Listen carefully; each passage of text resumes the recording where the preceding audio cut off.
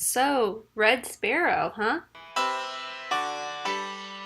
Hey, I'm Amy and welcome back. Today I am talking the new Jennifer Lawrence Joel Edgerton movie, Red Sparrow. It is pretty much about a Russian girl who kind of gets talked into being a sex slave by her uncle. Not really a sex slave, a sex spy by her uncle. Didn't really realize how graphic this was going to be, both like violence and blood and gore wise and sexually. I mean, I knew there would be like at least some sex stuff and things like that because I mean it's about a team of secret agents for the Russian government who use sex to kind of get their marks to tell them information. So that I was kind of already forewarned from the trailer, but I didn't realize how far they would take it. Like, there is a very intense rape scene in this. I mean, I guess it's not like super intense, but it's pretty intense, especially like as a woman watching another woman go through this. It was very intense, especially with all of the like Me Too stuff that's been going on, but wasn't ready for that. So that was very like intense. So if you don't like blood and guts and violence and sexual kind of stuff, you definitely will not like this movie. I don't recommend seeing it. If you are kind of interested in a very hard R spy thriller, you may like this. I am still kind of trying to decide what I feel about this movie. I told some friends after seeing this, if you don't see it in theaters, you are not missing out on anything. It's an interesting movie. It has a very interesting concept. At some points, it felt like the story was just going all over the place and didn't feel very cohesive. It does get wrapped up fairly well towards the end with this really great plot twist that I actually really applaud the writer and director for how they kind of did this, especially how Jennifer Lawrence portrayed her character, because she really puts on this wall of emotions and you don't know what she's thinking or how she is going to play the hand that she has. So I think Jennifer Lawrence did a very great job of kind of portraying the way her character was dealing with this and how she was being a spy in this very specific line of spy work. So that was really great. But this movie was also like 2 hours and 15 minutes long or something. It felt the length. It felt very long and I got very bored for parts of it because they probably could have cut out like maybe 20 minutes or so. It just felt like it kept dragging on and the story took so many different twists and turns, which ended up leading to a really great ending. So I'm not faulting it for that. It just really did end up just taking forever to get there. A couple things that felt a little bit off to me at some points. It felt a little bit like it was trying to be Atomic Blonde, even though this was probably filmed around the time that Atomic Blonde was being filmed, or maybe a little bit after it wrapped. So it did have that feel, but instead of being focused more on like the just fighting and stuff like that, it was more focused on the spy side of things and the like way Jennifer Lawrence uses her body to get what she wants for her mission. So that's kind of cool. I was listening to something today. They were talking about, like, I was just kind of listening to it in the background and they started talking about this movie. And one of the commentators or critics that were talking about it actually mentioned the fact that the Sparrows are kind of like a James Bond femme fatale. And that kind of opened my mind up after like just thinking about this movie, because at first I really did not like it, and hearing that kind of made me think a little bit harder about this movie and how the Sparrows are like the femme fatale in a James Bond movie and how they use their bodies to get what they want for the villain of said James Bond movie. And I think I may go back to this when I give my final score, so please hold while I finish my little checklist of thoughts. One other thing that kind of threw me, and it's nothing that's like against the movie, it had a very weird feel to it. At points it felt like it was very modern, like in this now present time, but in other parts it felt like you were in Soviet Russia, especially when she was at like the Sparrow School. It just felt very Soviet Russia, and I think that's more of like the military style, everyone's wearing the exact same uniform kind of thing that makes you think of what Soviet Russia was like. And their outfits kind of reminded me of the outfits that they wore in the internment camp in the Boy in the Striped Pajamas, even though I feel like it's been a while since I've seen that movie. Very great movie if you've never seen it. It made me cry. It's one of the very few movies that have made me cry that I actually really, really enjoyed a whole lot.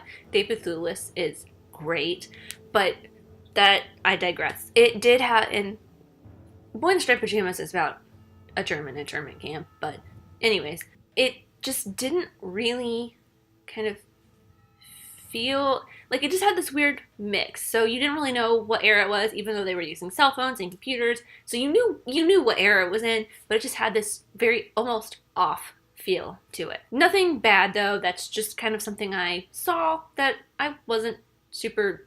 It just kind of threw me off a little bit. But again, I am rambling. It's not a big deal. Okay, I'm gonna go back into something else that kind of bothered me. Jennifer Lawrence's Russian accent. Very, very weird, very strange.